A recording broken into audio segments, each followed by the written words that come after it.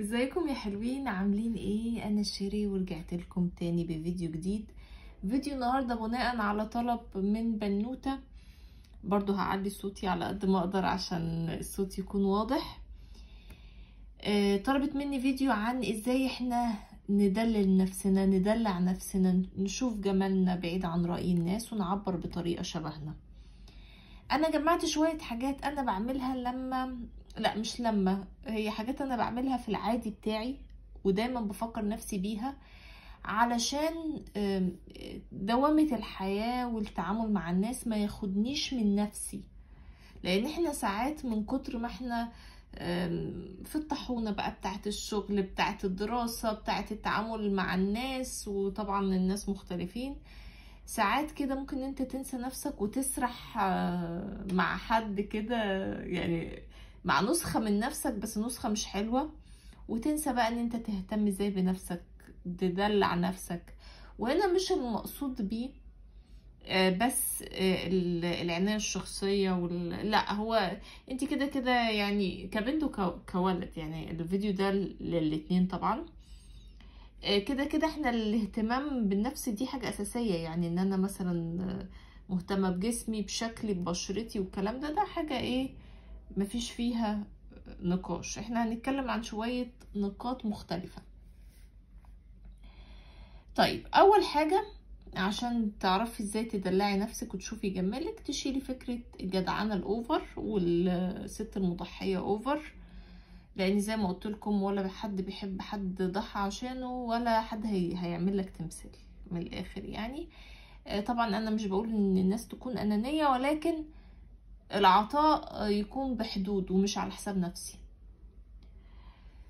طيب، هنتكلم بقى عن الجزئية الأولى، هي عن العناية الشخصية. طبعا أنا مش هقول بقى إن إحنا هنستعمل ماسكات ونكون بنهتم بشعرنا وبنعمل، لا، ما دي حاجات بديهية. أنا قصدي إن أنا أحاول أهتم بمظهري أيا كان حالتي النفسية، والنقطة دي ما كانتش عندي على فكرة. أنا لما كنت ببقى تعبانة نفسيا كنت ما احطش حاجة في وشي، ما اهتمش، ما اعملش حاجة، وابقى نازلة كده وانا متضايقة. اتفاجأ بجد ان انا ببقى متضايقة اكتر، لاني بشوف نفسي شكلي تعبان والناس بتشوفني تعبانة فبتضايق اكتر. وان انا لما ببدأ ان انا اهتم بنفسي وانا متضايقة، انا بقلل تأثير الحاجة اللي مضايقاني دي عليا انا. فلقيت ان انا لا، انا لازم اهتم بمظهري ايا كانت حالتي النفسية. تاني حاجة، اعود نفسي اتكلم معاها بشكل كويس، ودي مش حاجة سهلة ومش هتيجي من اول مرة. لو عندي واحدة صاحبتي عمالة كل ما تشوفني تكلمني بطريقة مش كويسة ومش عارفة ايه، وانتي غلطانة، ايوه، وزي عملتي كده، مع الوقت مش هستحمل ومش هقعد معاها مهما كانت بتحبني. ولكن لو بطريقة ألطف هحب ان انا اقعد معاها واتكلم معاها، لو هي بتنتقدني بس بشكل لطيف وبتقولي كمان المدح اللي بتمدحني. ولما يكون عندي مشكله يا جماعه احلها لوحدها، مش هستفرد بنفسي واجيب القديم والجديد واقعد اقول لا وعملتي كمان ده وعملتي كمان ده لا، واحده واحده، مشكله مشكله، بس اتعود ان انا اتكلم مع نفسي بشكل كويس. لازم احسن علاقتي بنفسي عشان اعرف ازاي ادلعها. 3، لا اتقبل ابدا علاقه بتقلل مني او تديني طاقه سلبيه ايا كان بقى. حب، ابقى مثلا مع شريك حياتي بينتقدني بطريقه مهينه او بيعاملني بشكل مش كويس، او اصل هو بيحبني، اصل هو مش بيخوني، اصل لا، مفيش الكلام ده. هو مطلوب منه كل حاجه، ان هو يكون فعلا مش خاين ويكون بيتعامل كويس. اصحابي ما كنش عندي واحده صاحبتي بتقلل مني او بتديني طاقه سلبيه. حتى لو انا يعني حد من اهلي كده، لازم ابدا ان انا احط حدود معاه وما بينش ان انا دي حاجه عاديه ابدا. النقطه اللي بعدها، ما اسمحش للناس تستغلني. بصوا يا جماعه، انا اقول لكم على موضوع طيب وطيبه والكلام ده. انا انسانه طيبه جدا بجد. يعني فعلا الناس القريبين مني عارفين قد ايه انا قلبي طيب. في حاجه انا اتعلمتها، ان انا يعني عشان قابلت موقف مش لطيف مش معناه ان انا بقى هيبقى قلبي قاسي وهوريكم يا بشر لا، ولكن عرفت ازاي احمي طيبة قلبي، ازاي عرفت ابني حواليها سور وعليها حراسة، مش اي حد يشوف طيبة قلبي دي معاه. فحميت الطيبة بتاعتي، ولكن هي لسه موجودة عندي. فما تسمحش ان الناس تستغلك، مش معناها ان انا هطلع السيف واوريهم، لا، ان انا احمي نفسي واحط الحدود.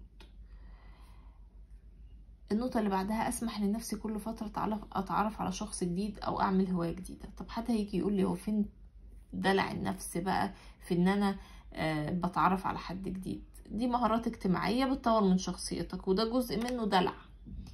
ليه بقى؟ لان التطوير ده جزء من الدلع. انا دلوقتي عايزة ادلع بشرتي، فلازم اعمل ايه؟ لازم اعمل لها ماسكات واجيب لها احسن كريمات يعني انا طورت من المنتجات اللي انا بستعملها عشان ادلع نفسي. نفس الحكاية، مهم جدا ان انا اتعرف على ناس كل فترة، هواية جديدة اطلع منها الطاقة السلبية، ولكن دايما بحط حدود والكلام اللي احنا عارفينه الجميل ده. النقطة اللي بعدها، يوم الاجازة اكتب فيه كل حاجة بتبسطني واحاول اعمل منها شوية، يعني احاول اعمل من الحاجات دي حاجات بتبسطني. وطبعا ده يكون يوم مقدس بالنسبه لي. يعني ايه يوم مقدس؟ يعني ايه؟ مش هقعد بقى عباره عن ايه ان انا طول الاسبوع المهام اللي ناقصاني اكملها يوم الاجازه وابقى بشتغل 24 ساعه كل يوم لمده سنه واتجلط انا في 60 داهيه الشغل على الانجازات. معلش، انا عايزه ادلع نفسي. فيوم الاجازه يوم انا هكتب فيه، مش لازم بقى هكتب فيه حاجات جامدة. يعني مثلا هكتب النهاردة انا هعمل حمام زيت على شعري، وهشوف برنامج كوميدي، وهطلع اتمشى شوية مش عارفة فين، وهكذا. بس عندي اليوم ده فيه مخطط. النقطة اللي بعدها، افهم الناس اللي حواليا ان انا رقم واحد في حياتي. لما الناس هتشوفك حاطط نفسك رقم واحد هيحترموا حدودك وهيدلعوك لما يحتاجوك. تعالى بقى ضحي، وريني هما هيدلعوك ازاي. ده هما هيستغلوك. فانت تفهم الناس انك رقم واحد في حياتك. يعني ايه؟ حد طلب مني ان احنا ننزل وانا مش عايزه انزل، اجي اقول له لا انا تعبان، لا انا معرفش، يعني ابين ان انا في حاجات لا انا مش هعملها. مش لازم بقلة ذوق، بس اعرف الشخص ده ان انا مش متاحه 24 ساعه لان انا عندي حاجات تانية. والله زعل وقفش ومش عارفه ايه، ده ريد فلاج، ده معناه ان هو شخص مش كويس على فكره، لان ده ما بيحترمش حدودك، ده عايز يستغلك. النقطه اللي بعدها، دي بقى بالنسبه للبنات. دلوقتي انا شفت بنت،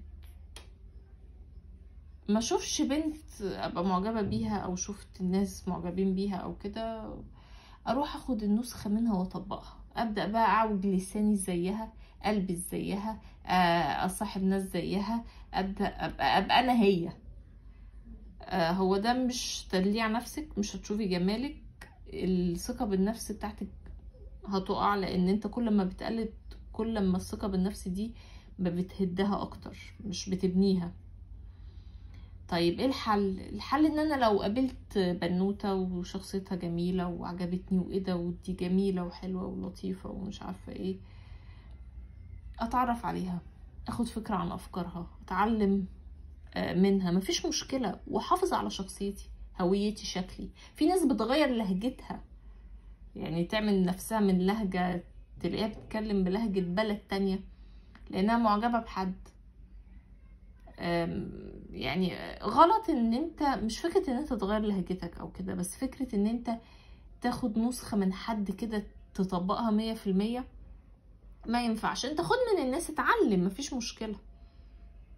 يعني ما ايه المشكلة ان انا لو انا شايفة واحدة مثلا عندها نقطة قوة في حاجة فانا عايزة اتعلم، احتمال يكون انا عندي 9 نقاط قوة وهي عندها واحدة بس الواحدة دي مش عندي. طب وايه المشكلة ان انا اتعلم؟ ايه المشكلة ان انا اقرب؟ بس ما اروحش اقلد، خصوصا البنات ما تروحوش تقلدوا بعض بالظبط ومش عارفه ايه لا، لان هي مش شبهك، مش شرط تكون شبهك. دايما اختار ناس شبهي اقضي معاهم اغلب وقتي واعيش وسطهم. ده تدليع لنفسي وراحتي النفسيه. ليه بقى؟ بيقولك لو انت قعدت مع ناس مش شبهك، حاولت تعمل نفسك شبههم، انت بتكبر في السن، تشيل الهم والكلام ده. ومش فكره كده بس، بتبقى بيحط عليك ضغط نفسي. انا بتقبل ان انا اتعامل مع ناس مختلفة، لكن في حدود للاختلاف. يعني مثلا مش معنى ان انا متقبلك كمختلف ان انا اقدر اعيش معاك. يعني ما برضو في حاجات بتبقى لا، ما تنفعش.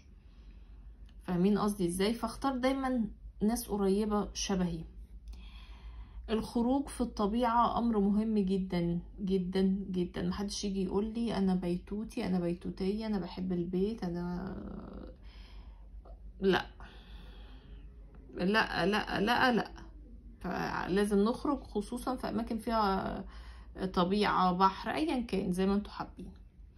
النقطة اللي بعدها، لو عندي ضغط في الشغل، انا عملت فيديو عن التعامل في الشغل، او عندي مثلا في الامتحانات عندي ضغط في حاجة، قبل وبعد الضغط اشوف الحاجات اللي بتضحكني، وممنوع اتابع حاجات سلبية.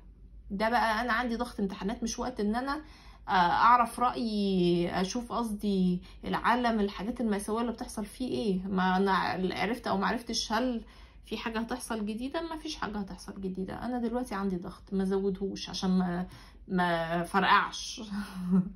فايه طيب، ايه قبل وبعد ده؟ يعني انا مثلا من الناس لما بيبقى عندي امتحان صعب او انا مضغوطة نفسيا من الامتحان، قبل ما الامتحان اول ما بصحى من النوم ممكن اشوف لي فيديو كده كوميدي، وبعد ما اخلص خالص مذاكرة وجيت من الامتحان والكلام ده ابدأ اشوف لي فيلم برضو او حاجة.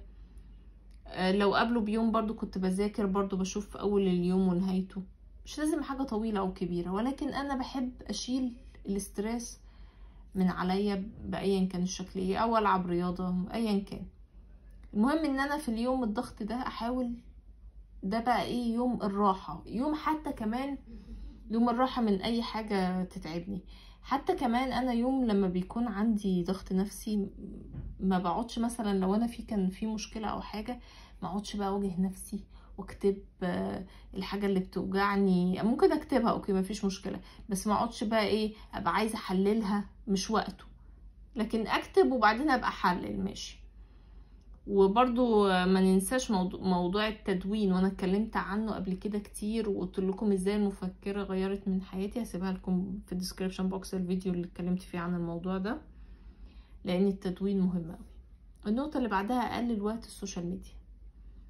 يعني ما اقعدش بقى ايه كتير، لان ده برضو بيبقى فيه طاقة سلبية كتير. اقل حاجة لو انت مش هتشوف مثلا فيديو فيه عنف او كده، هتلاقي مثلا حد طالع يقولك رأي عنصري جدا وبشع جدا، بس عشان الراجل ياخد شوية اتنشن كده، او البنت، يعني ايا كان، ياخدوا شوية يعني الناس يلفتوا انتباه الناس، فتلاقيهم طالعين يقولوا آراء بشعة في الناس. يعني ما علينا. النقطة اللي بعدها، اوعى يكون تدليلك لنفسك في البيت وما تخرجيش وتيجي تقولي ايه، انا تعبت، اعتزلت الحياة، انا ورايا افلام وكتب هو ماشي، حلو الافلام والكتب، وحلو ساعات ان احنا نقعد في البيت، ولكن ده ما يكونش طريقتك في تدليل نفسك. غير لو انت بقى ايه 6 ايام بتبقى مطحونة برا البيت، شغل وحاجات، خلاص براحتك بقى، انت عايزة ترتاحي وتنامي زي ما انت حابة. ولكن لازم تعرفي ان القعدة في البيت بتجيب امراض. اولا هي بتنقص فيتامين دي، اللي هو الشمس اللي بيطلع من الشمس. ده غير كمان انه بيعملك جوع عاطفي. يعني ايه؟ انت بتبقي فاكره نفسك ان انت حميتي نفسك من الناس، وانا كده مش هتعامل مع ناس مش كويسه ومش عارفه ايه والكلام ده. هو انت مش هتتعاملي في وقتها مع ناس مش كويسه، ولكن انت مع الوقت احتمال، لو ما كانش اكيد، ان انت هتتعاملي معاهم وانت جعانه عاطفيا كمان. فتخيلي زي ما يكون انت مثلا قاعده جعانه، وفضلتي جعانه جعانه لحد ما اكلتي وجبه مليانه حاجات مش كويسه كتير. ليه بقى الجوع العاطفي والحاجات دي؟ لانه هو طبعا بيبقى يعني مصطلح كبير قوي، ولكن بيجي كمان او مش فكره ان هو بيجي لما بنبقى ما بنتعاملش مع حد، ما فيش اي حاجة. فجأة كده بنبقى واحنا في البيت حاسين ان احنا عايزين نتعامل مع اي حد، بس احنا خايفين. فلما بتجيلنا فرصة تلاقينا حتى لو كانت ناس مش كويسة نقرب منها قوي، فانا كده ما حميتش نفسي، دي حاجة انا مش هتحكم فيها قوي. فانت لازم ناخد بالنا من المهارات الاجتماعية، ولازم نخرج برا البيت، ولازم نتعامل مع الناس. اخر نقطة، ودي نقطة مهمة جدا جدا في تدليعك لنفسك، عودي نفسك ما تخافيش.